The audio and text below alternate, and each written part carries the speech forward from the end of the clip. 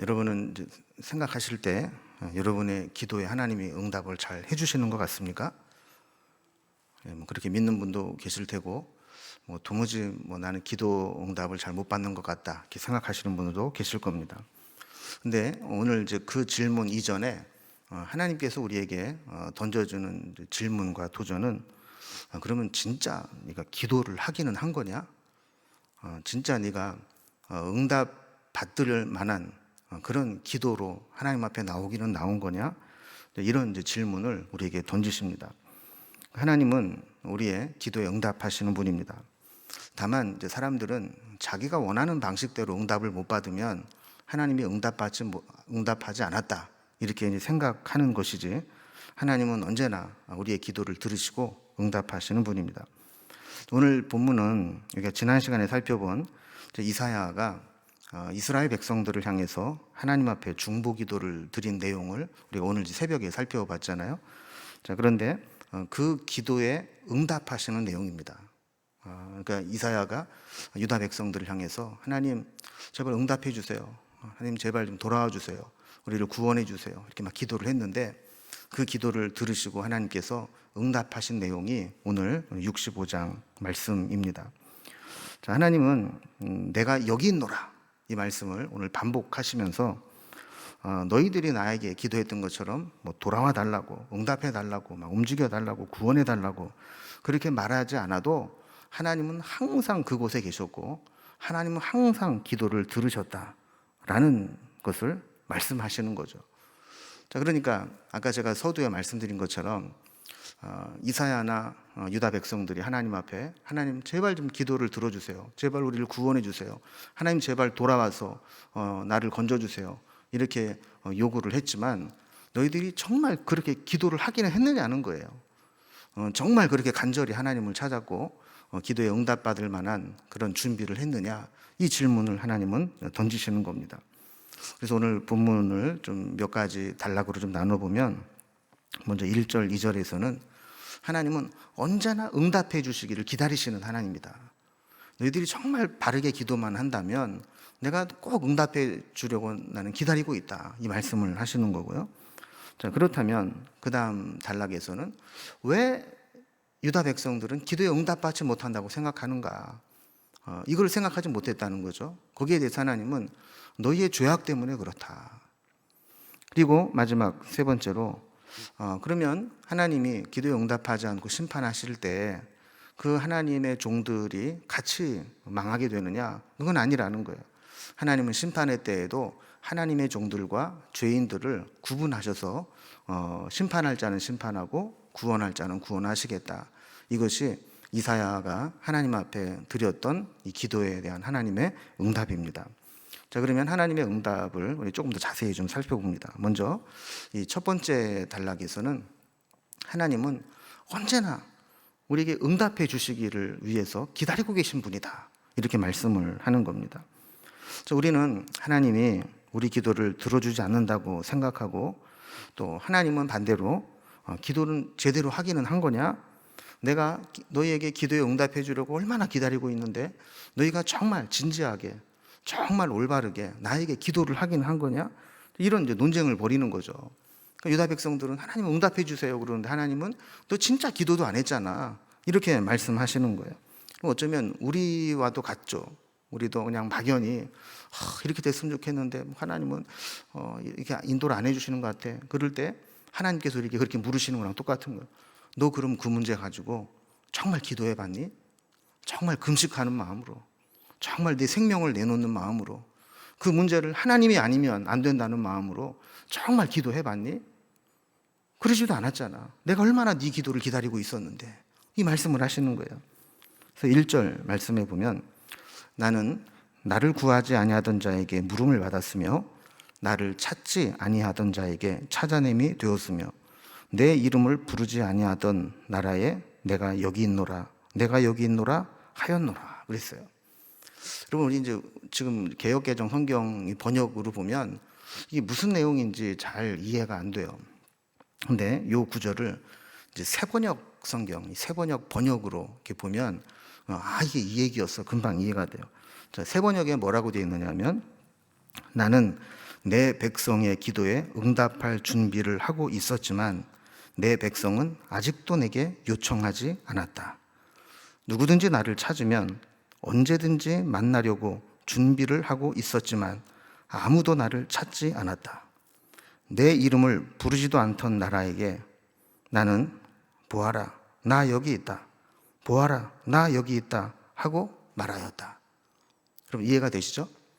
하나님은 누구든지 하나님의 백성이 기도하기만 하면 내가 응답하려고 준비하고 있었고, 뭔가 요청하면 들어주려고 지금 준비하고 있었고, 찾아서 만나러 가면 만나주려고 기다리고 있었는데 아무도 기도하지도 요청하지도 찾지도 않았다는 거예요.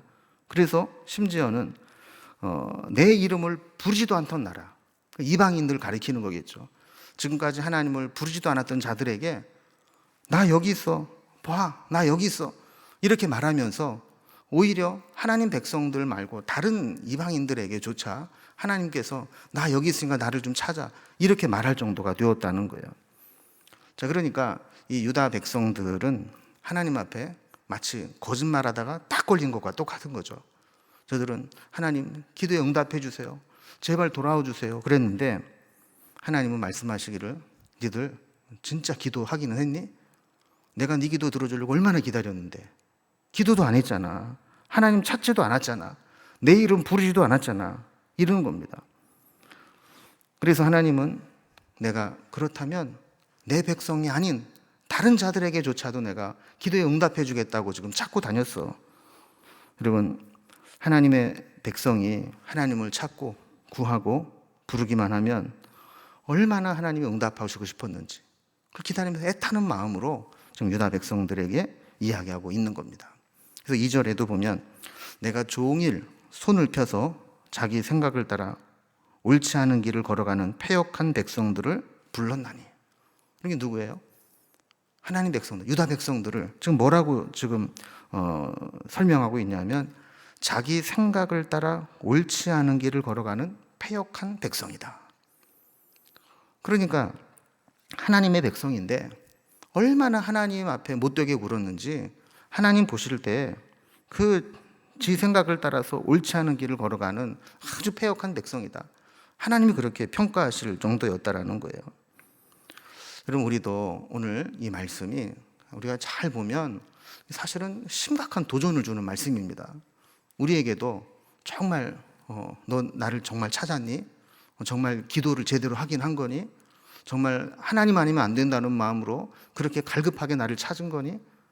그러지도 않으면서 넌 네 멋대로 살면서 패역한 길로 네가 좋은 대로 그렇게 살기만 했잖아. 이런 말씀을 하시는 겁니다. 자, 그러면서 이제 3절부터 7절까지는 하나님께서 기도에 응답받지 못한다고 생각하는 이유가 뭔 줄 아니? 너희들 죄 때문이야. 그러면서 이 말씀을 하시는 겁니다. 그래서 3절부터 7절까지는 2절에서 언급한 이스라엘 백성들이 패역한 길을 갔다 그랬는데 이 패역한 백성들의 패역함이 도대체 구체적으로 뭔지 이거를 3절에서 7절까지 말씀을 하는 거예요. 자, 3절을 봅니다. 3절에 어떤 패역한 짓을 했을까요? 곧 동산에서 제사하며 벽돌 위에서 분향하여 내 앞에서 항상 내 노를 일으키는 백성이라 그랬어요. 여러분, 하나님 백성들은 원래 어디에서 예배 드려야 됩니까? 성전에 와서 하나님을 예배해야 되는데 지금 이들이 어디에서 뭔 짓을 하고 있는 거예요? 동산에 올라가서 따로 제단을 만들고 제사하고 또 지네들끼리 벽돌을 쌓아놓고 거기서 다른 우상들에게 분향하고 제사를 드렸다는 거예요. 그러니까 이게 얼마나 내 앞에서 항상 내 노를 일으키는 백성이라. 여러분, 자기 자식이 말이죠, 우리 집에 안 들어오고 옆집 아저씨한테 가가지고 맨날 나는 우리 아버지보다 아저씨가 더 좋아요 이러면서 맨날 딴 데 가서 신경을 쓰고 시간을 보내고 그러면 부모 마음이 얼마나 미어지겠어요. 이스라엘 백성들이 그랬다는 거예요. 하나님으로부터 모든 은혜는 다 받아놓고 정작 저들의 모든 에너지와 물질과 시간은 전부 동산에서 벽돌 위에서 우상들에게 다 바치고 하나님의 노를 일으켰다는 겁니다. 뿐만 아니라 4절에 보면 그들이 무덤 사이에 앉으며 은밀한 처소에서 밤을 지내며 돼지고기를 먹으며 가증한 것들의 국을 그릇에 담으면서 그랬어요. 여러분, 여기 무덤에 앉았다, 은밀한 처소에서 밤을 보냈다, 돼지고기를 먹었다, 가증한 것들의 국을 그릇에 담아 먹었다. 그럼 이 얘기는 다 율법에서 부정하다고 규정한 것들, 하지 말라고 했던 것들, 이런 것들을 아무런 거리낌 없이 그렇게 행하면서 유다 백성들이 살아왔다라는 거예요. 여러분, 그러면서 5절에 보면 그들이 다른 사람들에게 뭐라고 얘기하냐면, 사람들에게 이르기를 너는 내 자리에 서 있고 내게 가까이 오지 마라. 나는 너보다 거룩함이라 하느니 이런 자들은 내 코에 연기요 종일 타는 불이로다. 그랬어요. 이게 얼마나 웃기냐면, 이스라엘 백성들이 하나님 앞에 이렇게 패역한 짓을 하고 우상을 섬기고 율법에 하지 말라는 짓들만 골라서 거리낌 없이 행하면서도 뭐라고 얘기를 했냐면, 사람들에게 야, 나는 니들이랑 급이 달라, 레벨우가 달라, 나한테 가까이 오지 마, 나랑 같이 맘먹으려고 하지 마, 너랑 나랑은 거룩함이 차이가 나, 그러면서 교만하게 했다라는 겁니다. 여러분, 우리가 뭔가 잘못을 하고 율법을 거스리고 하나님이 기뻐하지 않은 일을 하면 부끄러운 줄 알아야 돼요. 마음에 거리낌이 있어야 되고 하나님 앞에 겸손해져야 돼요. 그런데 유다 백성들은 그렇게 하나님이 하지 말라는 짓 골라서 하면서도 오히려 막 교만이 충만해서 나는 니들이랑 달라, 어디 감히 가까이 같이 맘먹으려고 그래, 그럼 가까이 오지 마, 이렇게 했다라는 거예요. 자, 이런 자들은 내 코에 연기요 종일 타는 불이로다. 그러면 연기나 불은 심판을 상징하는 겁니다. 다 태워서 연기가 나는. 그러니까 이런 자들은 결국 하나님 앞에 심판을 받을 수밖에 없다 하는 거죠. 6절에 보면 이스라엘 백성들이 이것 외에도 잘못한 것들 하나님이 다 알고 계신다는 거예요. 다 증거로 기록에다 남겨두었다고 말씀해요. 보라, 이것이 내 앞에 기록되었으니 내가 잠잠하지 아니하고 반드시 보응하되 그들의 품에 보응하리라 그랬어요. 여러분, 사람은요, 시간이 지나면 잘못한 것을 이렇게 보아도 들어도 잊어버립니다. 그럼 뭐 그 좋은 일이라고 그 마음속에 계속 담아두고 있겠어요. 그러나 하나님은 다 기억하고 계시는 거죠. 여러분, 우리는 증거를 인멸했어도 하나님은 하나님의 기록 속에 다 남겨두고 있다는 거예요. 우리가 과거에 무슨 짓을 했는지, 무슨 말을 했는지, 우리가 어떤 냄새나는 짓들을 하고 돌아다녔는지 하나님은 다 알고 그것을 내가 다 기록해 놨다라는 거예요. 그리고 단순히 기록으로만 끝나는 게 아니라 그것을 가지고 내가 반드시 보응할 것이다. 여러분, 얼마나 두려운 말씀입니까? 7절에 보면 이렇게 저들이 패역한 짓을 하고 지금까지 열거됐던 이 수많은 이 잘못들이 다 저희 조상들, 이전에 저희 조상들이 하나님을 경록해 했던 우상 숭배와 또 죄악과 다르지 않다, 이렇게 말씀을 하는 거예요. 여러분, 그러니까 우리가 뭔가 우리 선조들이 잘못한 게 있으면 끊어버리고 새롭게 시작을 해야 되는데, 그 선조들이 잘못한 것 그냥 그대로 이어서 하고 있었다라는 거예요. 그래서 결국 이렇게 반복해서 죄악을 끊어버리지 못하고 행하게 될 때 하나님을 능욕하게 되었고, 하나님도 그 행위를 헤아리고 보응하시겠다 말씀하는 겁니다. 여러분, 우리가 첫 번째 단락에서는 우리가 정말 기도했는가, 정말 우리에게 문제가 있을 때 하나님 앞에 정말 응답받을 만한 기도를 했는가, 여기에 대한 도전을 하고 있고요. 두 번째 단락에서는 그렇다면 우리가 하나님의 은혜를 입기 위해서 우리의 잘못된 죄악들을 다 끊어버렸는가, 정리했는가, 이걸 우리가 묻고 있는 거예요. 자, 그러면서도 이제 세 번째 단락에서는 하나님의 종과 죄인들을 구분하시는 하나님을 말씀합니다. 그러니까 이렇게 하나님께서 얼마나 무서운 말씀이에요. 여러분, 사실 은혜라는 게 뭐냐면 우리의 행위대로 갚지 않으시는 게 은혜거든요. 여러분, 만약에 하나님께서 우리에게 행위대로 갚는다면 여기 맨정신으로 살아있을 사람이 누가 있겠어요? 근데 하나님이 은혜를 베푸신다는 얘기는 행위대로 보응하지 않으시고 하나님께서 우리를 은혜로 덮어주신다는 거 아닙니까? 그래서 끝까지 내가 보응하겠다. 내가 잠잠하지 않고 그들이 행한 대로 다 그들의 품에 보응하겠다. 그러면 이스라엘 백성들 가운데 하나님의 백성들조차도, 말씀을 지키고 믿음으로 살았던 사람들조차도 그냥 같이 도매금으로 다 심판을 받고 멸망을 받는 것이냐? 그랬을 때 하나님은 아니다라는 거예요. 하나님이 유다 백성들을 심판하고 또 나라가 망하게 하고 바벨론의 포로로 끌려간다 할지라도 신실하게 하나님을 믿는 자들은 하나님께서 반드시 구원해 내시겠다, 이렇게 말씀하면서 하나님의 종들이 죄인들과 똑같이 취급받고 똑같이 망하게 하지 않겠다 말씀하는 겁니다.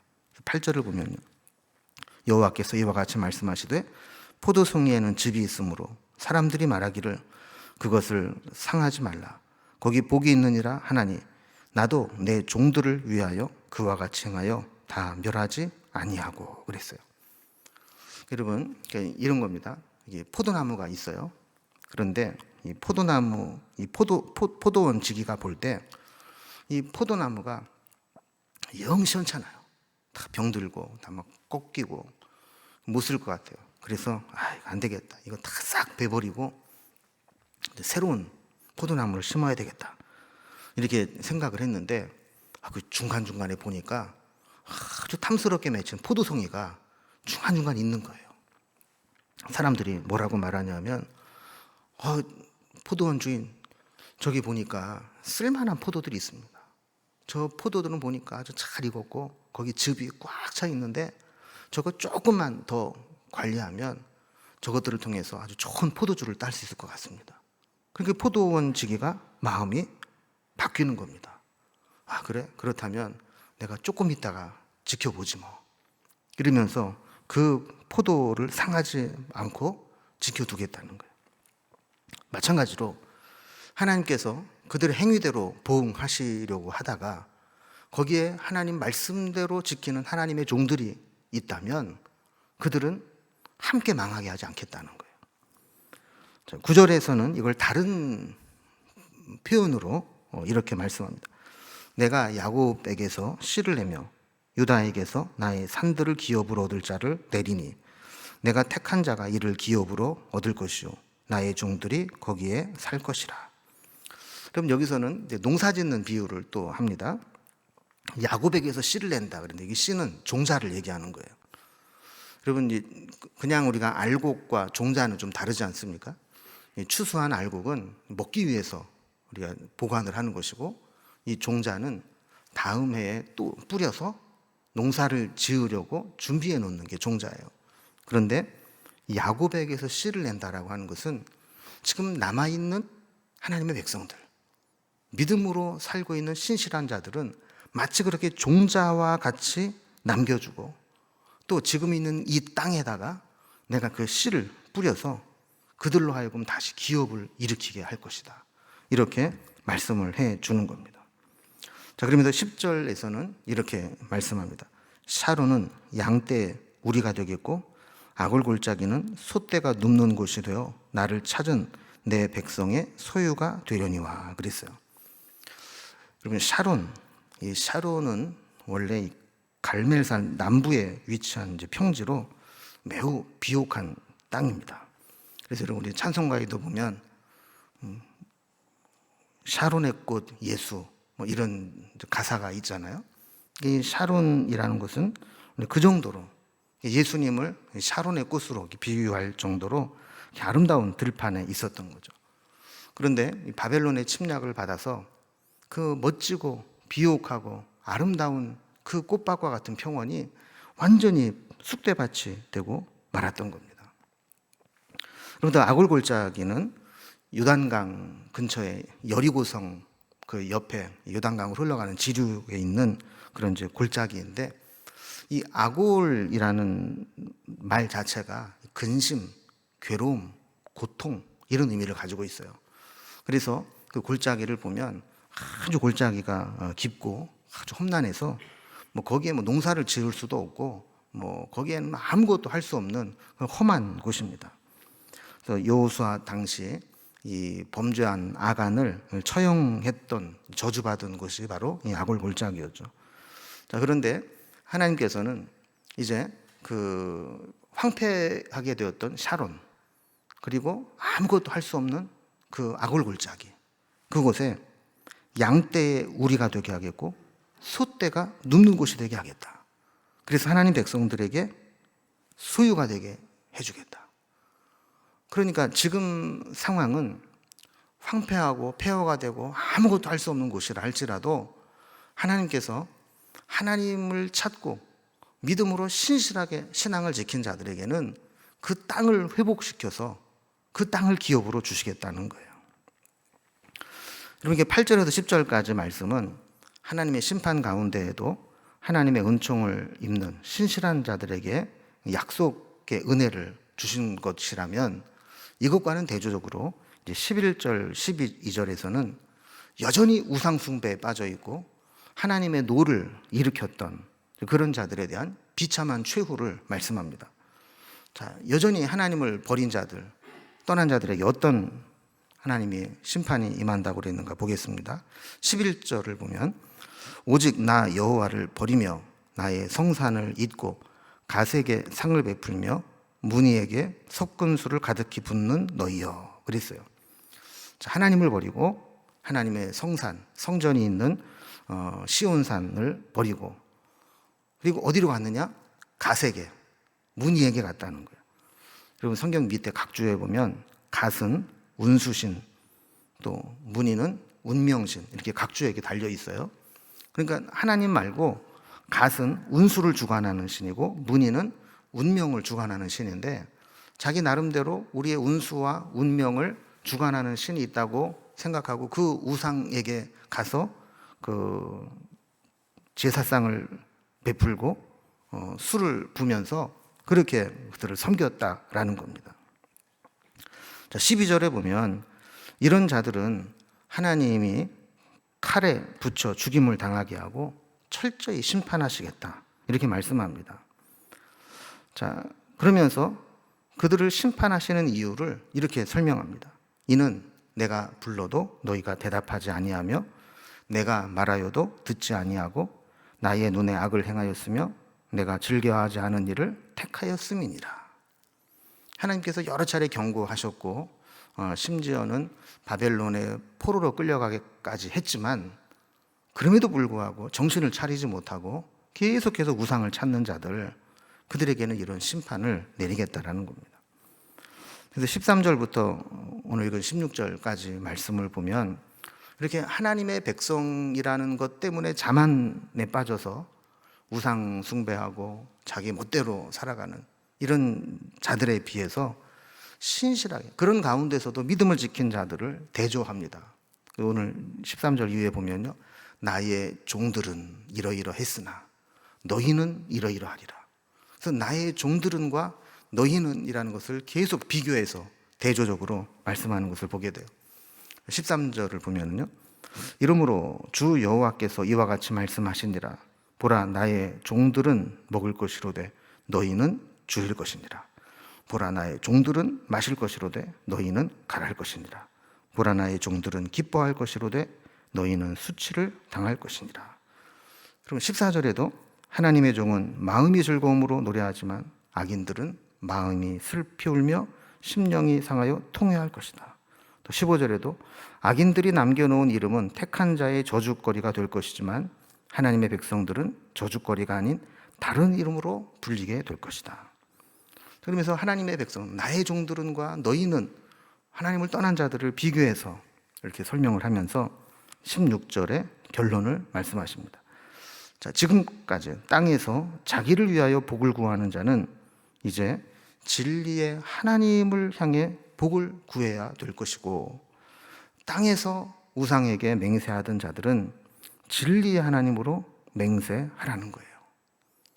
만약에 그렇게 한다면 이전 환난은 잊혀지고 하나님의 눈앞에서 숨겨질 것이다, 이렇게 말씀하고 있습니다. 자, 그러면 오늘 말씀을 한번 정리를 해봅니다. 여러분, 우리는 하나님께, 하나님 왜 내 기도에 응답하지 않으세요? 왜 나에게 이렇게 가혹하게 대하세요? 이렇게 항변하기가 쉬워요. 그런데 하나님은 우리에게 그렇게 항변하기 전에 한번 너희의 삶을 돌아보라는 겁니다. 그러니까 정말 그렇게 기도했는지, 정말 그렇게 하나님 앞에 매달렸는지, 하나님을 찾았는지, 그렇게 기도나 해보고 내 기도에 응답했는지 안 했는지 그렇게 하나님 앞에 항변하느냐 하는 거예요. 두 번째로는 너희가 기도한다면 정말 하나님이 기뻐하시는 대로 너희가 기도에 응답 받을 만한 모습으로 하나님 앞에 믿음으로 살았느냐 하는 것을 점검해 보라는 겁니다. 그러면서 마지막으로 하나님의 종들과 믿음을 떠난 자들을 비교해서 설명하면서 이제 남은 것은 우리에게 선택하라는 겁니다. 우리가 어떤 삶을 살아갈 것인지. 만약에 우리가 정말 하나님이 원하시는 삶을 살았고 믿음으로 하나님 앞에 나아간다면 하나님은 우리를 심판받는 자들과 그냥 동일하게 취급하지 않으신다고 약속하고 있습니다. 오늘 우리가 그 약속을 바라보면서 다시 한번 하나님 그렇습니다. 돌아보니까 내가 정말 하나님 앞에 진지하게 기도하지 못한 것 같습니다. 기도하는 자리에 왔다는 같지만 정말 나를 제물 삼아서 주님 앞에 나를 제물로 드리는 그런 제사가 되는 기도를 드리지 못했고, 내가 성전 마당은 밟고 갔지만 하나님의 임재를 경험하는 지성소까지 들어가지 못했습니다. 이 고백을 하면서 하나님, 내가 죽고 주님의 은혜로 다시 살고 믿음으로 다시 살아나는 그런 기도를 드리면서 우리 하나님의 음성에 귀 기울이고 성령님의 인도하심에 민감하게 주님 앞에 나아가겠습니다. 이 고백을 주님께 드렸으면 좋겠습니다. 이제